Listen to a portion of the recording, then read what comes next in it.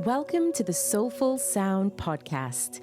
This podcast is about celebrating the leaders, teachers, and coaches who guide fellow humans to connect, heal, and discover themselves so they can express their gifts into the world. I am Simone Niles, a coach, sound healer, vocalist, and author. Thank you for being here with me today.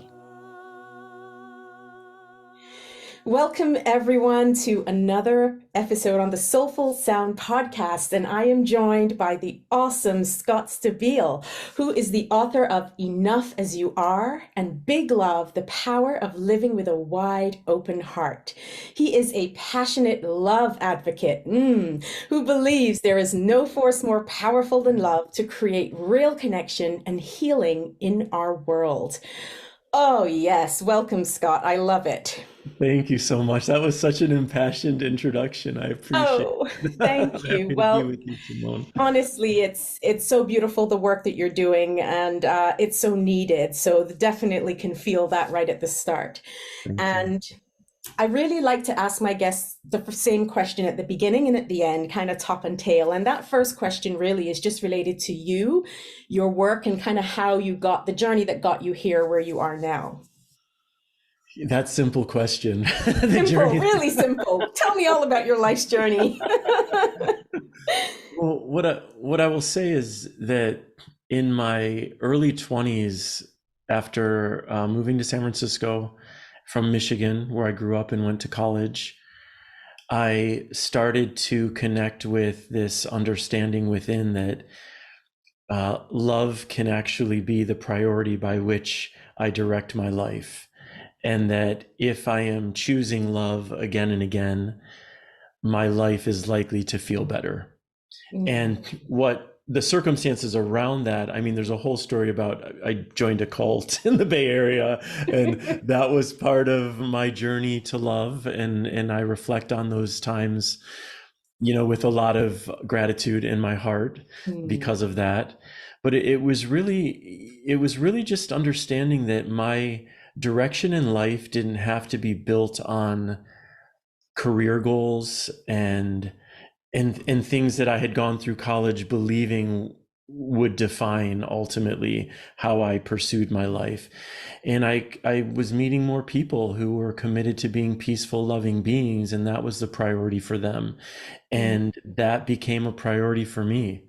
Along with, at the time, I really began at that time to chase enlightenment, and enlightenment was my number one priority until I came to understand that enlightenment isn't really something you achieve, right? It's potentially gifted upon you if you're lucky enough, but I find very few people who have been gifted that. But all of the choices I was making in my pursuit of enlightenment were be more loving, be more compassionate, be more forgiving. They were all choices that still serve as the foundation from which I choose to live my life today. Do you feel called to use your voice and sound in a healing capacity? Learn how to use your voice therapeutically to facilitate healing and well-being. Whether you want to go deeper in your own healing journey or facilitate others in theirs, this training is for you. This online training runs over 5 weekends and offers theory, practice, resources, and support on your path to becoming a qualified sound healer and for your personal healing journey. That is beautiful. And I love it. What I will ask, because you use the word choosing love, or love being the priority. Yeah. And there's something really precious in that. I want to go a little bit deeper in how that actually, I guess, practically manifests in your life. What is it that makes that clear for you that love is the priority? Yeah, that's a great question. I want to explain how I experience love, which is just that I experience love as an energy. Yeah. I want to share this because I feel like when there's a lot of love talk, it can feel to people very ungrounded and woo-woo. And my relationship with love and how I observe it in the world feels deeply grounded in as much as I believe it is the power, the only thing that stands to create real healing here. So when I think of love, I experience it as an energy, and it's an energy that's alive within us and outside of us. And in the same way, I experience creativity as an energy. So for me, it's understanding love as an energy means that it's available to us all the time. And the Yes. choice, when I'm choosing it, is a choice to play with that energy in my thoughts, in my words, in my actions, or not. And so anytime I'm choosing to engage with love, and I see love as an umbrella term also for forgiveness, empathy, kindness, compassion. Whenever I'm choosing to engage with that energy, I trust that whatever I have to offer from that place is a pure positive force. It is actually contributing to healing in our world, and first and foremost, contributing to healing inside of myself. Yeah. And I talk a lot and write a lot about self-love. Enough as You Are is really a self-love and self-acceptance manifesto. That's ultimately the through line there. So I am someone who, I like to feel good, Simone. Like I feel like that is an innate human desire. We want to Yeah. feel good. And Hmm. when I pay attention to my life, when I am aligning myself with love, I feel most at home in my being. I feel most aligned with source, and I feel better. Yeah. So for me, that choice, there's no question about that for me. Yeah. And when I'm out of alignment with love, when I'm choosing shame for myself or others, dehumanization of myself or others, victimhood, envy, whatever words you want to attach to it, I don't feel as good. I don't feel as aligned.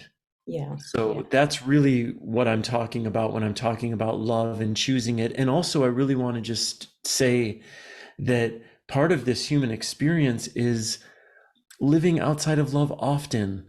Like, as much as I preach about love and write about it and talk about it, I am a jerk. I am like everything every other one of us is, Yeah. who has a human mind, right? So for me, part of operating in love and remembering self-love is understanding that the experience of being human is being envious and jealous and angry and judgmental and self-abusive and whatever else.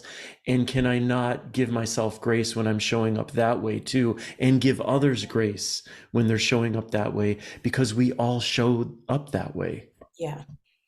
Yeah. Oh, yummy. This is so beautiful. Um, there's so much that I want to pull from that, but I'll just start with the question that's percolating because I know, as you said, a lot of people see love, self-love, and we throw these things out so much that yes, it has become the wishy-washy. What does that actually mean? Mhm.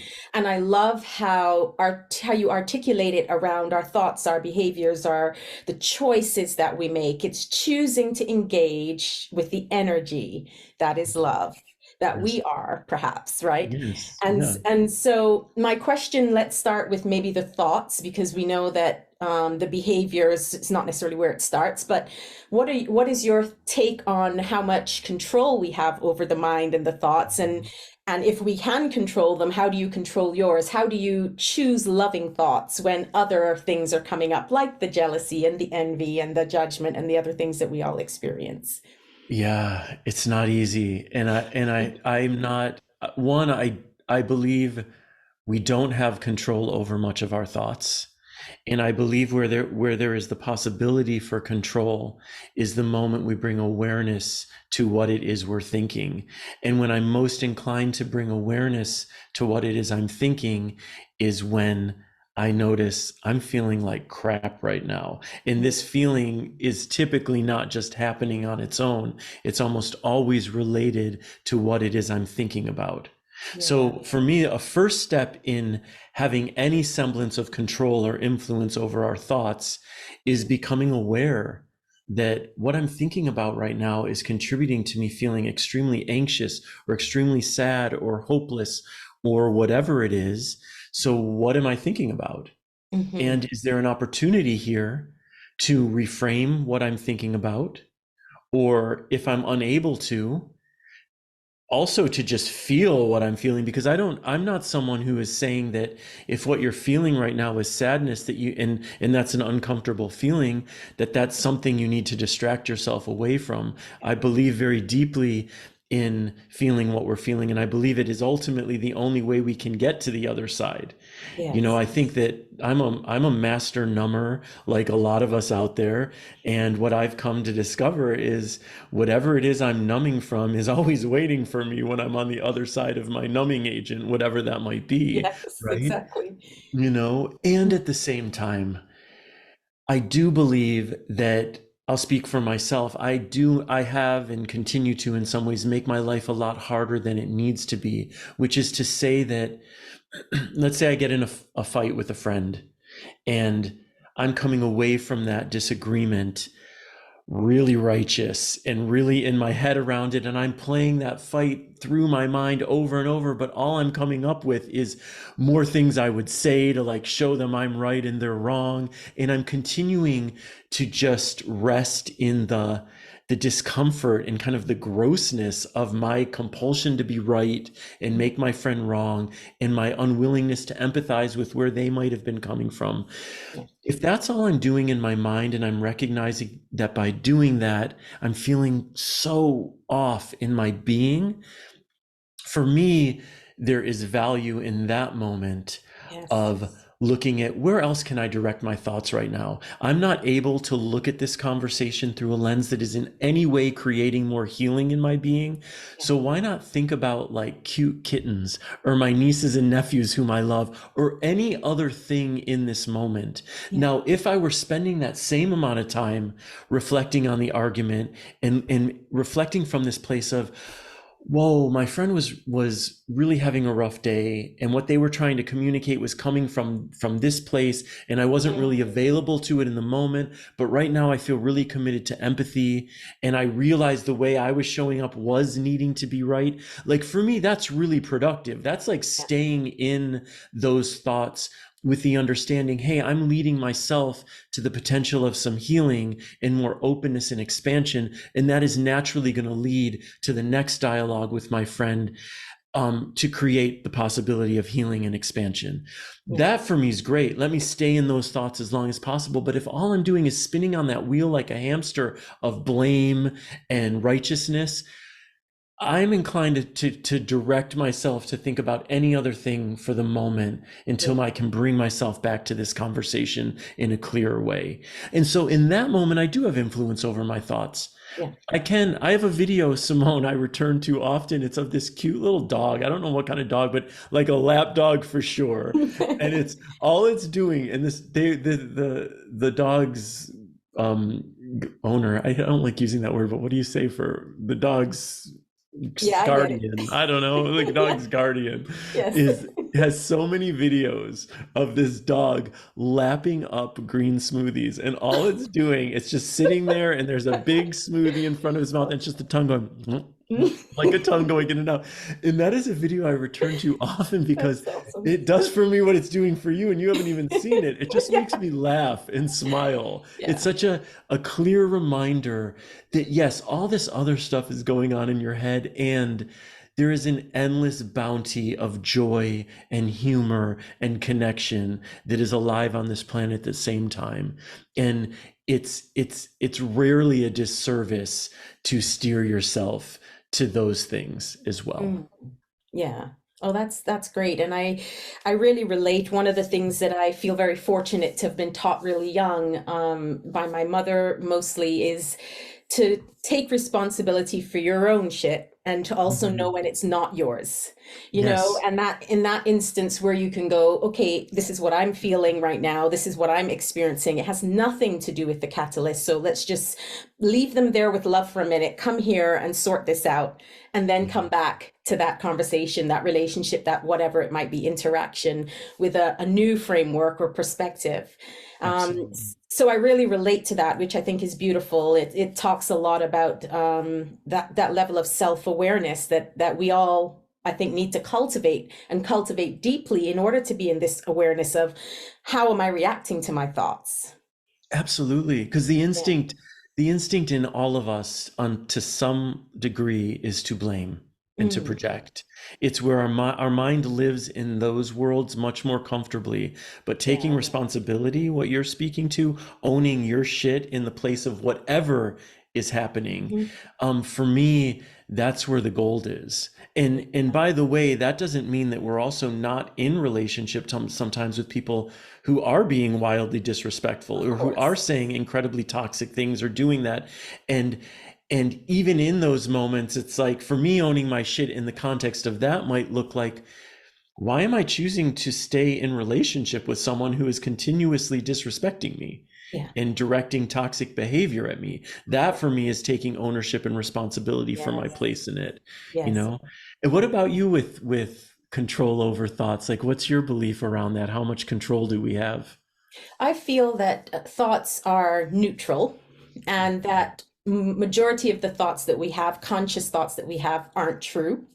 So Nice. because I see it that way, I just see them, I kind of just, my work very much in the sound and frequency world, let's call it the frequency. I see it as just thoughts coming in through a channel, through a radio station, if you like. I've tuned into this station, so these are the thoughts that are coming through.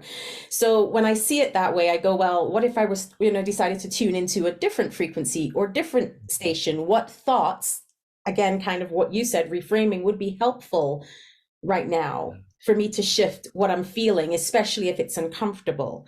I think there is the control is not having control of the thoughts themselves, but how you respond to them. Absolutely.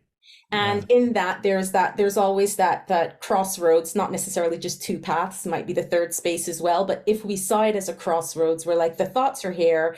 This is how I'm feeling. Which direction do I want to go with this? Yeah. And to recognize too, I think that our thoughts can be very helpful, even when we're feeling, as you said, we're not saying don't feel sad, don't feel angry. It's like, what are the thoughts around that? It's information on how we can move through. And like you used the word numbing, and I want to talk more about that because I know we all have that capacity to go, right, I don't want to feel this, let's just shut it down. Right. But then if the only way is through, you can't avoid it. So it's just a temporary hold, right? It's just a Yes. temporary hold. So I give myself permission to have those holds too. And I know that there's no way around this. I have to go through it. And there's freedom in knowing that. And then we make the choices to Absolutely. when we can. That's so beautifully put. And I feel like for me, self-love, I used to judge myself a lot for my numbing choices or hold choices, as you might call them, putting things on hold. And I offer so much more grace to myself with Mm, all of my choices now, even if I'm making choices that I feel intuitively or am judging mentally as maybe not the healthiest choice in the moment, yeah. I still one of the refrains I come back to the most often with myself is, it's okay, honey, you're human. This too is part of Mhm. being human. Mm, There's, watching 7 hours of Netflix, that's part of being human too. Like, there's yeah. nothing wrong with it. And so much of the suffering that we experience, I believe, is because of the judgments we're placing on our actions. It's not because of the actions themselves. And I love how you spoke to what I also believe is true, which is just that most of our thoughts are lies. Yeah. They're not true. They're not And we true. give so much energy and credence to them. And it's a whole host of things that aren't even true to begin with. Yeah. So it's a beautiful, how you phrased it for me is, it's so important because when I really believe when we come to understand Mm, that the thoughts playing out in our minds are not who we are. They're just thoughts playing out in a mind. And these thoughts, on some level, are playing out in every other human mind. yeah. And there is a lot of power in bearing witness instead of becoming what's Yeah. happening in our minds. Yes. Yes. Oh, so lovely. Oh, I'm loving it. Now, I introduced you at the beginning and we spoke about love activists. So Yeah. I love that. So I want to know where that came from and, tell me a bit about what that term means for you. Where the term came from is, I never really knew how to, whenever anyone would ask me what I would do, I mean, I still kind of do. I just fumble through. Like, I do some writing and I do some whatever and then on for my first book, I was extraordinarily grateful to receive an endorsement from Glennon Doyle, who is a writer and human I'm extraordinary fan of. And she referred to me in her blurb as a love activist. And I'm like, I've never heard those two words together. And Beautiful. that felt like, hey, that's a title I embrace. And Yeah. what it means for me is just, I'm someone who makes a lot of noise for the power of love in our lives and in our world, love and self love. Like that is the foundation of my work. It is, I'm always coming back to love and to self love. And so for me, it's that, and it's also remembering that it is within our power to bring love to however we are choosing to show up, Yeah. including activism. And I feel that often in the context of activism, love can be discarded. And Mm. I see the reasons why, because there are so many horrors that exist. And if we're standing up and sharing our voice to thwart some of those horrors, or to speak up for people who are marginalized and who are being on the receiving end of a host of injustices, Yes. it can feel like, well, love isn't a priority here, right? Like our rage and our anger, and we have to stop what's going on. Like that is what is most important. And for me, when I'm paying attention, what I witness is that I'm a big fan of anger, and I think anger is an extraordinary change agent. Mm. But anger does not create healing, it creates change. And for me, if anger is not ultimately supported foundationally with compassion, with empathy, with the invitations of love, Yes. then all we ultimately create in that change is going to be more of the same eventually. In Mm. this world right now, it seems like more of the same immediately. It doesn't even take long to Yeah. see the shit show that gets created by more and more rage. Yes. So I feel like, yes, rage is necessary. Yes, rage is important. But even in our activism, can we not ask ourselves, how is love inviting me to show up with this rage? Yeah. What is compassion asking me to do with the people who are dehumanizing? I'm not interested in dehumanizing them. I'm a gay man. I understand my lived experience is in part understanding how it feels to be dehumanized by others because of my sexuality. Mm. And in watching political battles over my rights Yeah. as though I'm not human, like I get it through that lens. Yeah. But I'm not interested in doing that, even to those who are doing it to me, because it doesn't serve healing. It is only going to create more of the same. So for me, like love activism speaks to that as well. Like just considering as often as we can, Yeah. what does compassion invite? What does empathy invite? What does love invite here? Mm. Beautiful. I love it. Yes. And that again, it's quite interesting because one of the things that and I know you talk about forgiveness in your book, so we'll definitely delve into that. But one of the things in my practice is anytime I come up against in my own being something that feels off or wrong, or something that I need to speak up about, I tend to go to the place of thanking the catalyst, Mm, even though it's hard, this was really painful, this was really hard, but thank you, because this is an opportunity. This is yeah. a real opportunity. And I love that you have some really concrete questions. How can I invite love? How can I invite whatever word feels right in that moment for healing, for transformation, and yes, for change, because we do need that as Yes, well. And absolutely. speaking to anger and those words, for me, a lot of the time I talk about emotions as energy in motion, Yeah. emotion. And Yeah. from that perspective, they're all there to help shift and transform something in some way, whether it's what we think of as a positive or negative, which I don't think is true. I think they're all useful and energy. Yes. But that feeling of, okay, something needs to shift or move or change. So again, I love that you are saying, well, anger is great for change, and we need to infuse that with love and all the other things in that process. Absolutely. And for me, it's about I come back to always what you're speaking to, which is how am I feeling in my body? I love that you thank the catalyst because why not? That's Yeah. another question I ask myself all the time, like, why not? And why wouldn't I? Like, this is going to be a choice that stands to create a bit more joy in my life Yeah. or a bit more self-reflection. Like, why not explore that? Mhm. And there's so much value in paying attention to how we're feeling. I Yeah. think that we're not really, there's more dialogue around this in recent years for sure, but in general, we don't grow up learning to really listen to our bodies, to Mhm. really listen to our intuition. We grow up learning to listen to our mind. Yeah. And our thoughts of our mind are so often mired in conditioning and insecurity and anger and fear. So, as you said, they're so often untrue. And Mhm. our body is communicating so much that we don't give a lot of energy to.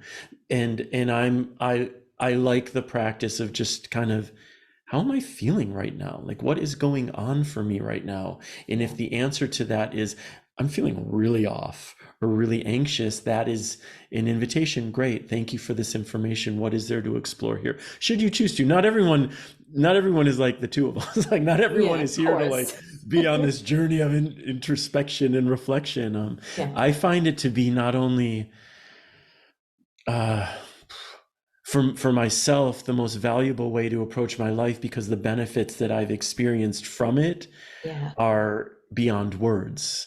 And my relationship with myself has transformed in such a way. And the love I have, not only for myself, but for others, is so much greater than it's ever been in my life that the proof is in the pudding, you Yeah. know?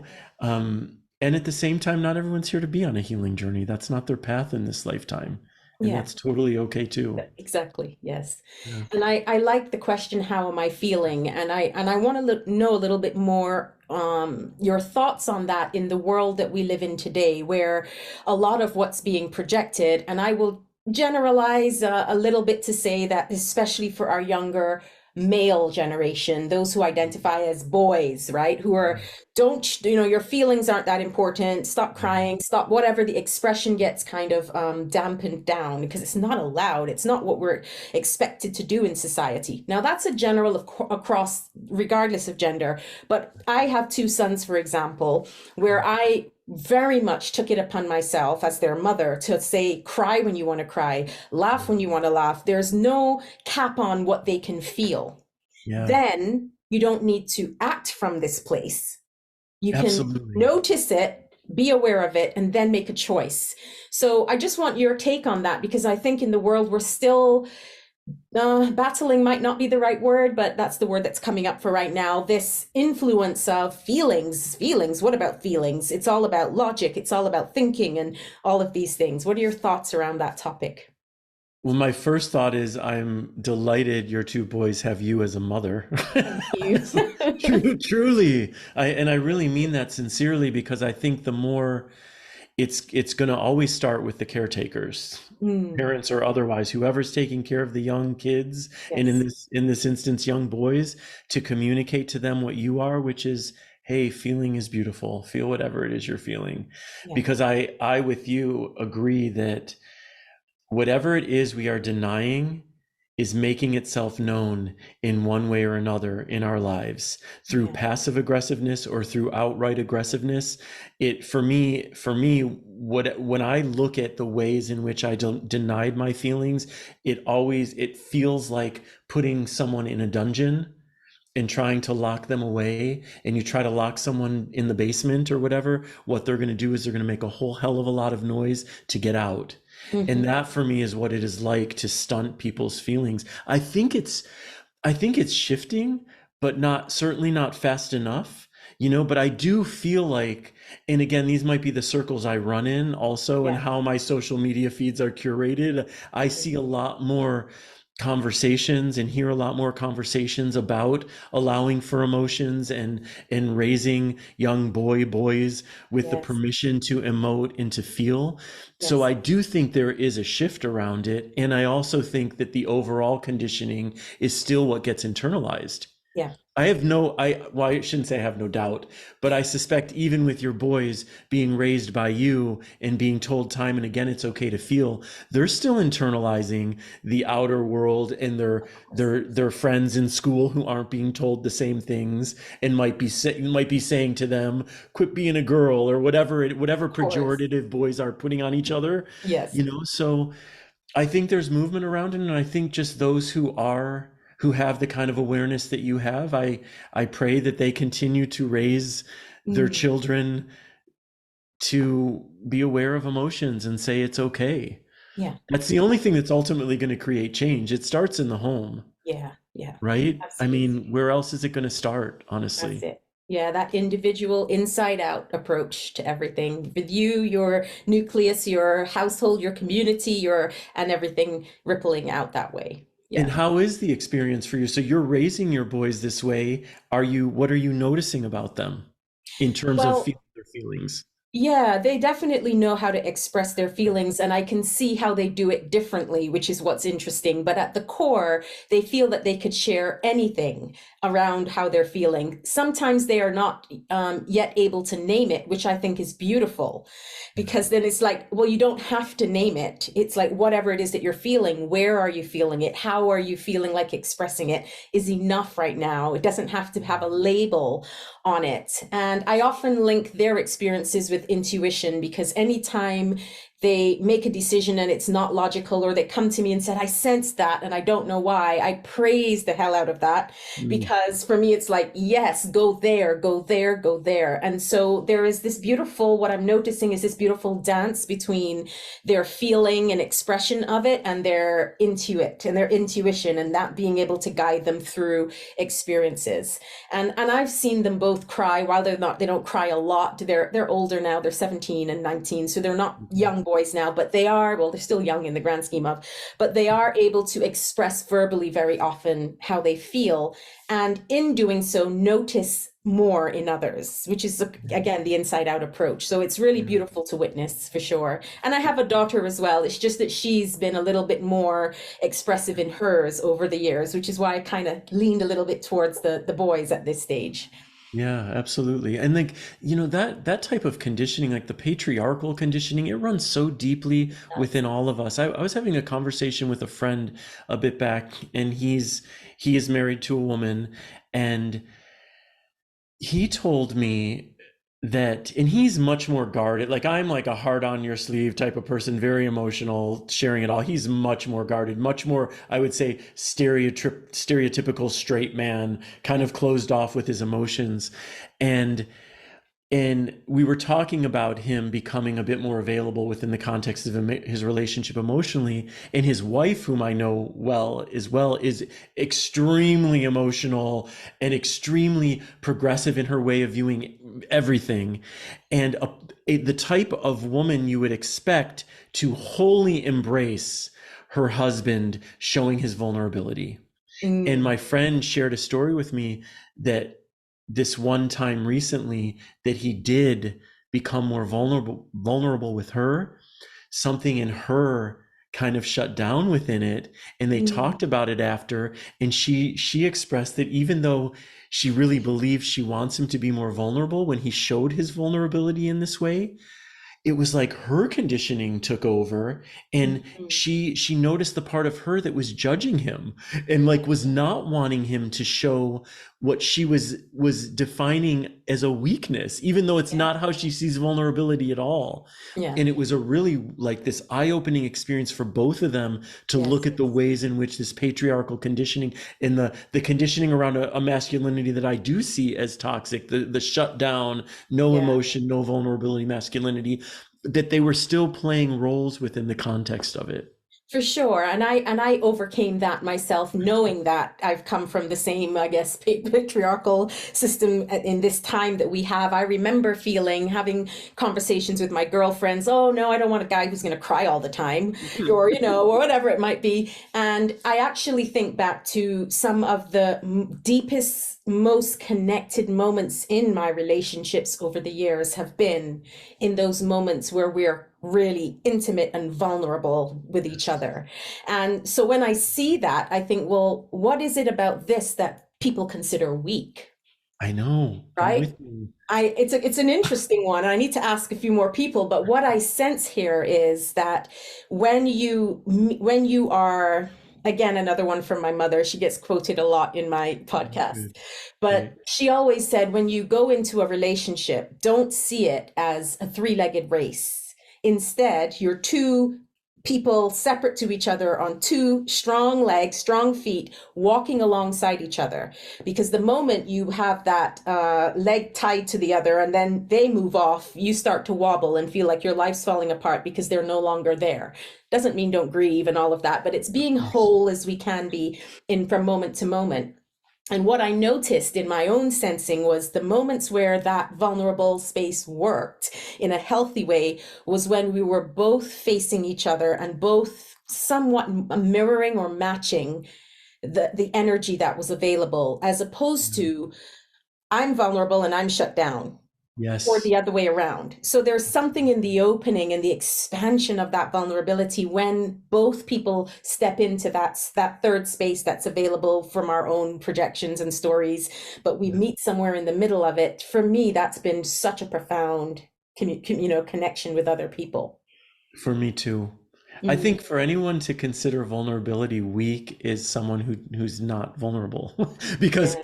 it is incredibly challenging to Yes. bring yourself to a place of true vulnerability with another human being, Yeah. you know. And Yeah. it is like, I agree, when two people are willing to show up with that energy in that space, it's the most beautiful experience. Mm, Yeah. mm, I love Yeah. it. Delicious. And I know that I want to talk about your book, of course, and you've spoken quite a lot about your work as a love activist and so on. What inspired you to write this book now? So, I mean, I love Enough as You Are as a title. For me, that is just, that encompasses so much. So, what really brought that to the fore for you at this time? Well, honestly, the book is a collection of a lot of most of the writings in the book are writings that I've written over the past many years, Okay. and many of which have been shared on social media at different times. And then when I was putting together a manuscript that I wanted to pitch to my publisher of a collection of my more short prose and poetic writings, I was noticing how so many of the ones that I was choosing were really connecting to themes of self-love and self-acceptance. And I think that is because I really see that as foundational, like the relationship that we have with ourselves. It forms how we show up for every other relationship in our lives, and how we show up for the world, how we show up for our planet. It really all does start from within. And Yeah. so for me, understanding that is, I feel most excited these days about giving energy to the understanding that it is never too late to create a deeper, more loving, and more harmonious relationship with ourselves. It is always what we do from this moment on that is going to matter the most, which is to say that even if for decades you have been living in an antagonistic relationship with yourself, okay, that was then. Here we are now. How do you want to move forward now in terms of your relationship with yourself? So Enough as You Are is really just, it's just that reminding people that our worth is inherent. It is not predicated on your success, on your looks, on how cool your kids are, on your relationship. All of that is wonderful if it adds more meaning to your life, and it Yeah. has zero to do with your worth. Yeah. And if people can really come to understand that you are worthy simply because you were born, and you Mm, will be worthy when you die. And how we move through the world when we come to understand our inherent worth is wholly different. It's wide open. It's much more expansive. And when you're moving through the world with that openness, with that expansion, with that centered place of like, I am worthy as yeah. I am, what you invite into your life from that place is wholly different than when you're mired in this kind of closed off sense of, I am not worthy, I Yeah. am not enough. We Yeah. invite something wholly different. Yeah. So I feel like I'm a cheerleader for that, honestly. Like I love reminding people, hey, you're beautiful. Yes. Period. You are Yes. enough. Period. Not because, but period. And Yes. because. I mean, like, both. It's a both and. Yeah. But Of course. so that's really what this how this book came to be. And I feel like it's a great time for it, but I also feel like it's always a great time for it. Like it's always a great time to remind people of their inherent worth and to remind them to love themselves. Yeah, love it. And I have a question about the worthy piece because I know that this is you using the word inherent, and I like that you're not just saying self-worth or your worthiness because you're talking about something deeper that, as you said, if you're born, it's there, it's present. It's nothing other than that. Right. I want to know your thoughts on how our worthiness, and I'll share a personal story, is reflected in our relationships and or interactions. Okay. One of my previous relationships, I think they all did, but one of my later previous relationships, I really felt was a huge catalyst and opportunity to really recognize my own worth. Part of that was my interaction in the lens and projection of me, not the other person, of what I was projecting and allowing or whatever, receiving or giving, whatever those words might be. I felt that there was something in that information that told me, well, if I'm allowing this to happen, Mhm. what is it? What am I saying about my worthiness or how worthy I view myself, however that might be? So it was again a nice opportunity to check in and question and come up with some answers and to feel and to go, hang on, and all of that. So, what are your thoughts about the reflection of that outwardly or in others and interactions and things like that? I think it's exactly what you're speaking to, which for me is I don't, when I'm centered in my worth as a human being, I do not allow the same things in my life Yeah. that I have allowed when I felt unworthy. Right? Yes. That's and I feel like that is true for everyone. So like you, if I'm in relationship with someone and something is not jibing and I'm like, I'm watching myself relive the same thing that is not feeling right in my system, there's a good chance that I'm not connecting to my Yes. inherent sense of worthiness, Yes. right? That Yeah. I'm mired in a story that I'm not enough in some way, or I wouldn't be showing up for this interaction, this relationship the way I am. And the Yeah. beautiful thing about that, I mean, the beautiful thing about the reflection is it allows me to rest in the possibility of making different choices for myself. And it also allows me to look at, well, what's this about? What's this story of unworthiness about? Yeah. What lies are you believing? What untruths that your mind is playing out are you choosing to believe right now? And those types of questions, I'm a big fan of generative questions, which for me looks like we're feeling stuck in our lives. Let's say I'm in a job that's not good, not making me feel miserable, but I'm believing that I'm not going to find another job. So Yeah. if I ask myself the question like, am I going to be able to find another job that makes me feel better? Yeah. My insecure mind is likely to respond, probably not, Yeah. right? That's not a generative question, right? That's a question that's going to keep me in place. But Yeah. another way to frame that question is, how can I go about finding a job that's going to make me feel more excited in my life? And that goes to yes. That Yes. is with the assumption that I can absolutely do it. And now how can I go about doing it? What are the Yeah. first steps I can take in finding a new job that's going to make me feel more fulfilled in my life?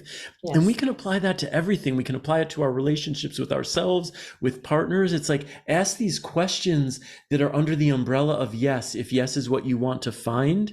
And Mm. then from that yes, you're invited to consider what steps you can take to create the realization of it. Beautiful. I love the way you've framed that. Yes, it's those what is possible rather than what it's I think that the yes questions are really superbly beneficial and helpful, and I know from a lot of the training I guess that I've had, understanding that our unconscious mind is just going to give us the files. It's not going to question. It's just going to say, oh, you want to know how to fail, here you go. Oh, you want to know how Exactly. to succeed, here you go, whatever that might mean. So you just really leaning into those yes questions, the things that will be generative and positive in your life. Such a beautiful reframe every time. And Yeah. it's a works in progress, right? Because this is a day by day practice, noticing and awareness. All um of it, yeah, everything we're talking about is a day exactly. by day practice. But Yeah. again, it's like why not? Why wouldn't we be doing this? The fruits of this practice, of this labor, are wildly beautiful Yeah. in Yeah. my experience. Me too. Mine too. I know that you, in your book, in the author's note, you speak about at the beginning that nothing within us lives outside of the bounds of love. Yeah. So talk a little bit more What do I about mean that. by that? Yeah. I spend a lot of time, like probably most people here listening, shaming myself and trying to hide the aspects of my personality that I didn't like, or Mm, trying to either shame or whatever the choices I made that I knew weren't necessarily good for myself or others. yeah. And for me, what I've come to believe and understand is that it is within me to love everything about myself. It is within me to love, not necessarily like, by the way, but Yes. love. I've gotten really good at loving aspects of myself that I don't particularly like. I'm not a big fan of my envious nature. My mind is incredibly envious. It can Mhm. envy anyone for anything. That isn't something that I believe I'll ever grow to really like, but I can love that because it's a part of being human and it's a part of me. And by rejecting it, I feel like it only makes it louder. But by Mm, welcoming it in and giving it a place at the table, I feel like its voice just doesn't, I don't internalize the voice the way I used to. I hear it without internalizing it. And for me, that is the gift of loving all of who we are. Because as I see love, when I'm in my heart, the directive is only one thing, just love. It has mm, never been anything else. Even that person, yes, even that person. Even that person, yes, even that person. The mm. directive is always the same. So for me, that's the love is without conditions. Even saying unconditional love for me is just redundant, Yeah. because the I moment you love that. attach conditions to love, it becomes something else. Yeah. So I believe, as much as we know why, I don't necessarily know why I'm here and know what my ultimate purpose is, and that changes and shifts and whatever, but I do believe I'm here to love. Like, I believe I'm most at home in love. And Yeah. so that's when I say nothing's outside the bounds of it, that's what I mean by it. Yeah, that's beautiful. And I think practically for me, because I have three words that I consciously live by, and that is love, serve, and grow. Connection quite close behind, but those are the three words that I work with consciously right now anyway.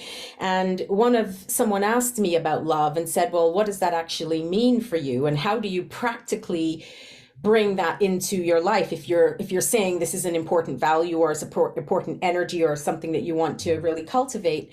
And I said, well, let's look at it this way. We are love. And very often we wear all sorts of different shades and glasses and all sorts of different things that give us a different lens. Right. And that lens is, influenced by behaviors, patterns, and all of these things, some aware, some unaware. So what I do in every situation is I say, okay, time to take it off. Take off the specs and see it for what it is through that, let's call it original lens, if you like, of love.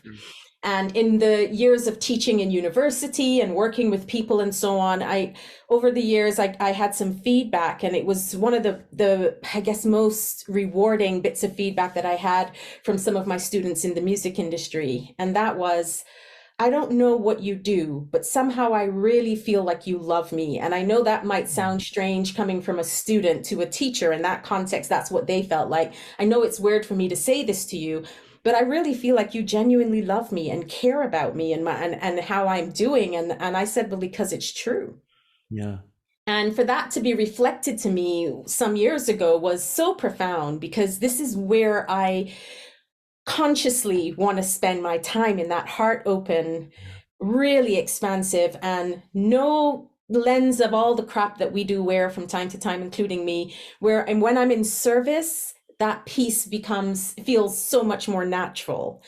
And Yeah. it's so beautiful. So that was a great reflection. So take those lens of shame and guilt and whatever other things that we see from time to time Yeah. off consciously from time to time, and coming from that place where love is all that there is.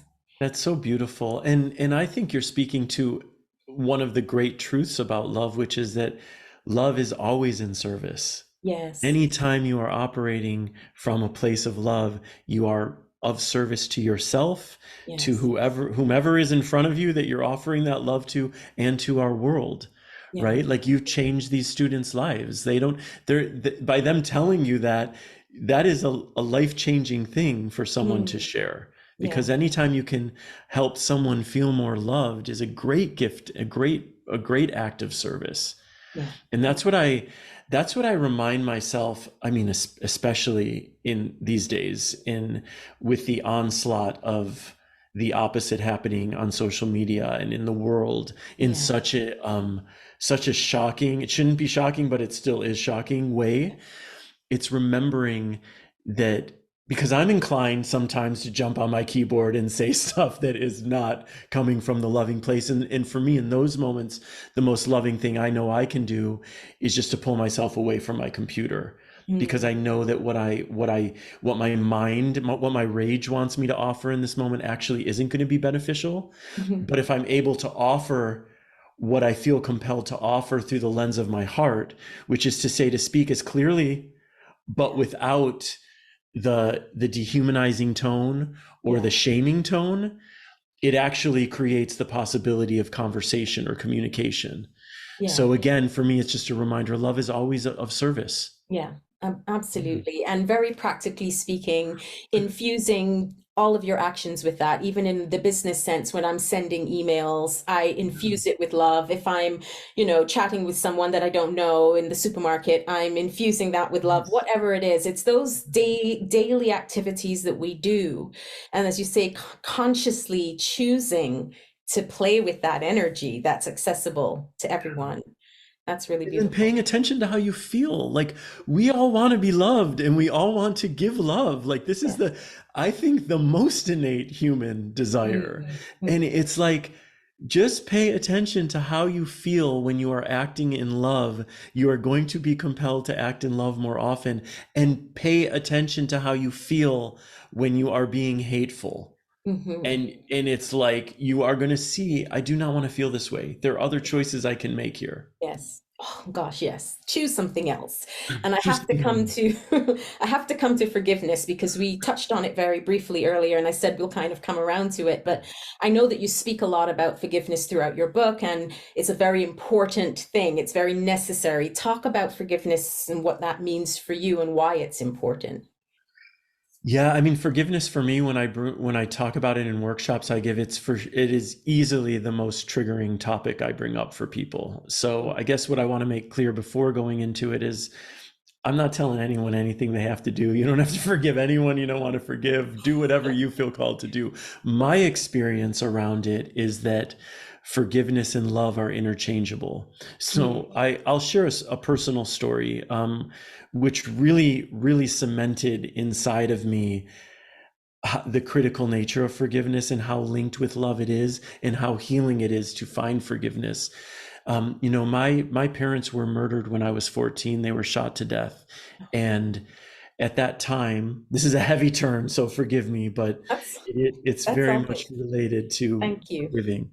Yes. Yeah. At the time, I wasn't thinking about forgiveness at all. That wasn't in my consciousness. And whenever I would think about the man who murdered my parents, it was just with rage and wanting him punished and wanting him dead and all of these horrible things.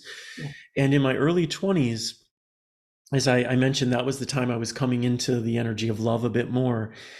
And what I started to notice is, whenever I would think about the man who murdered my parents, I would still feel this tightness in my chest and this kind of hateful energy come up. And I told myself, I do not want to feel this way anymore. I don't know how, but I feel like I want to forgive this man Yeah. somehow. And what I started to do very consciously, I don't believe forgiveness is something you can call out of the sky. I don't think, like happiness, I don't think it's something you just choose and then suddenly you've forgiven the person, or Yeah. suddenly you're joyful when you were mired in misery. I don't Yeah. think that's how it works.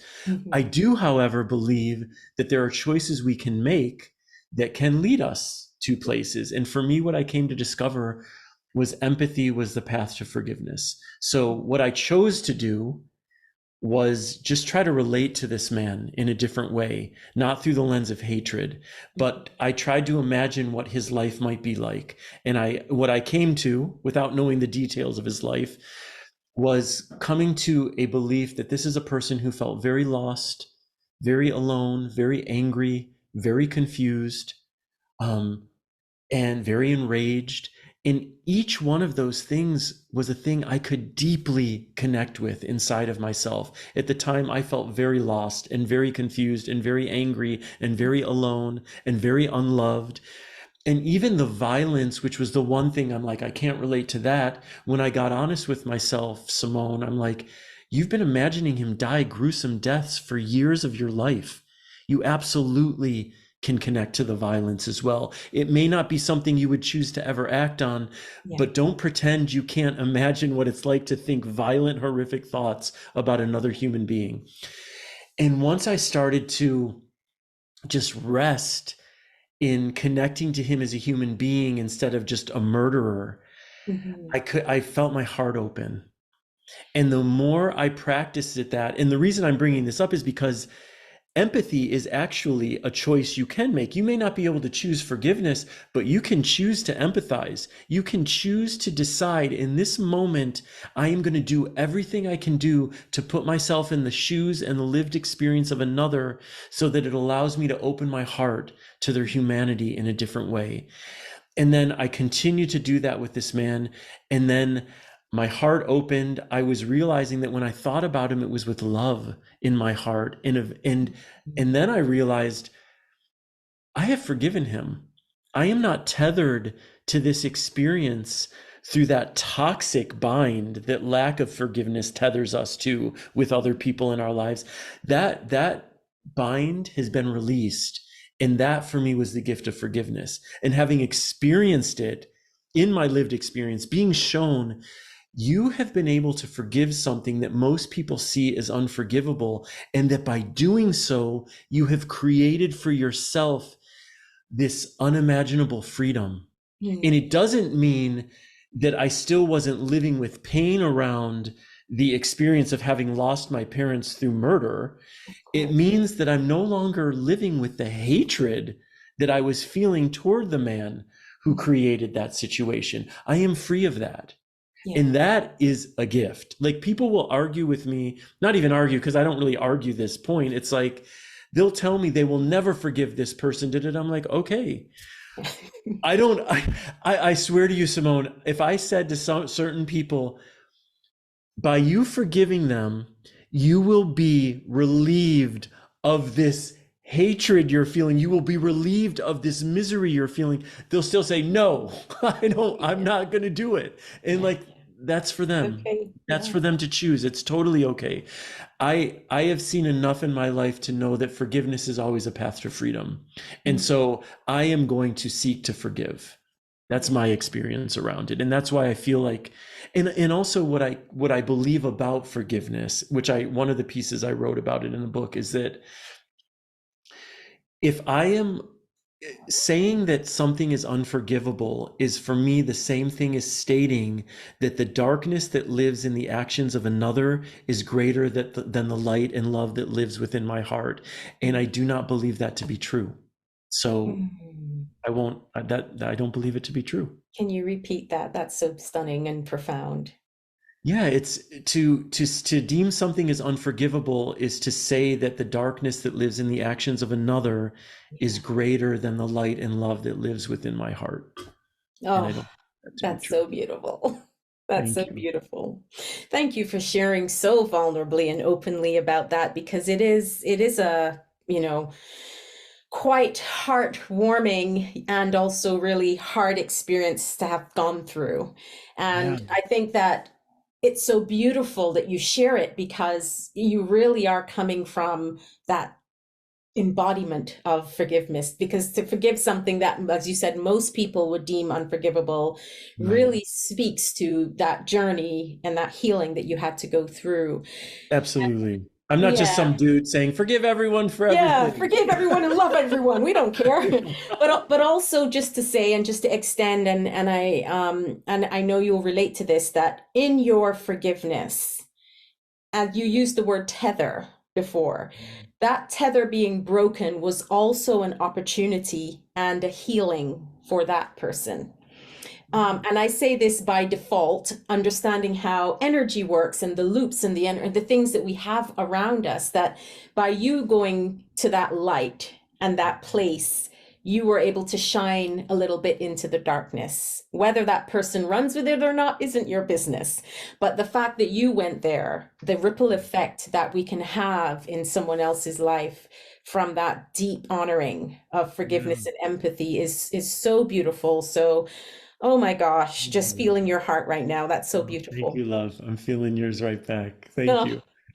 so beautiful. Well, I could talk to you for hours, and I Yeah, always get on these conversations and say, can't we just meet up for I a know. day? I think we'll have to make that happen at some point. Yeah, But I do want to pause and say first and foremost, just thank you. Thank you, thank you, thank you. I really celebrate you, all the work that you're doing, all that you are in this world, helping people to really create this real connection thank you so with much. themselves and the healing in the world. Thank And you. thank you. And I do ask all of my guests this final question, and that is, what is your soulful sound to the world? And that is a self prayer or desire that you wish upon the world. Oh my goodness. I pray deeply for our world, that we may all come into alignment with our hearts more and more often, and come to discover that we are worthy and beautiful and enough as we are. So we are able in that discovery to also recognize that in every single person that we come across. That would be my soulful sound right now. I hope to that. Hallelujah. Amazing. Thank you, Scott. Thank you so much for your time. Yeah, thank you so much, Simone. What a joy, truly. And for me, and for me. We can stay here all day. I know, and just like Like smile at each other. That bask in would it for that a would be a while. day well spent for me, honestly. Oh, likewise, likewise. Thank you so much. All right. Much love. Thanks so much for tuning in. I hope you've enjoyed this episode. Please feel free to share it with your friends and remember to subscribe. From my heart to yours, sending you love, healing, and sound wherever you are.